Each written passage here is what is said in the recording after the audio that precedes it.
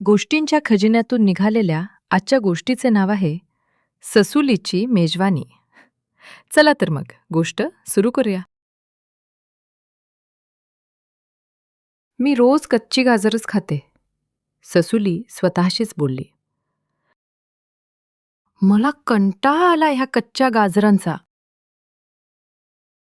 यांना अजून चविष्ट बनवण्यासाठी काय करता येईल?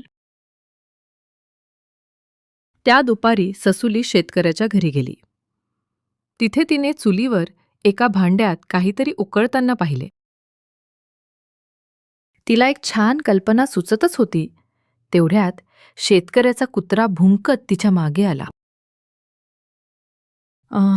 काय करूया बरं? ससुली विचार करू लागली. ससुलीने गाजरं उन्हात ठेवून बघितली, पण ती कच्चीच राहिली.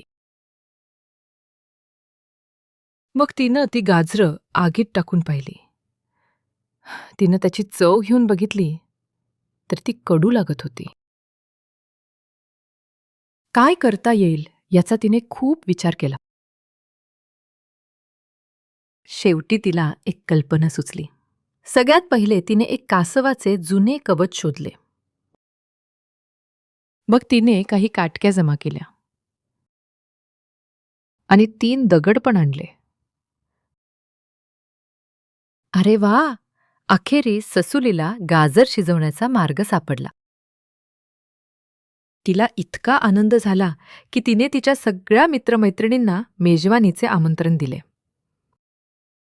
आणि सगळ्यांनी मिळून शिजवलेल्या गाजरांचा आस्वाद घेतला. मुलांनो, तुम्हाला गोष्ट कशी वाटली? मजा आली ना? चला तर मग अशाच मजेदार गोष्टी घेऊन पुन्हा भेटूया. तोपर्यंत नमस्कार.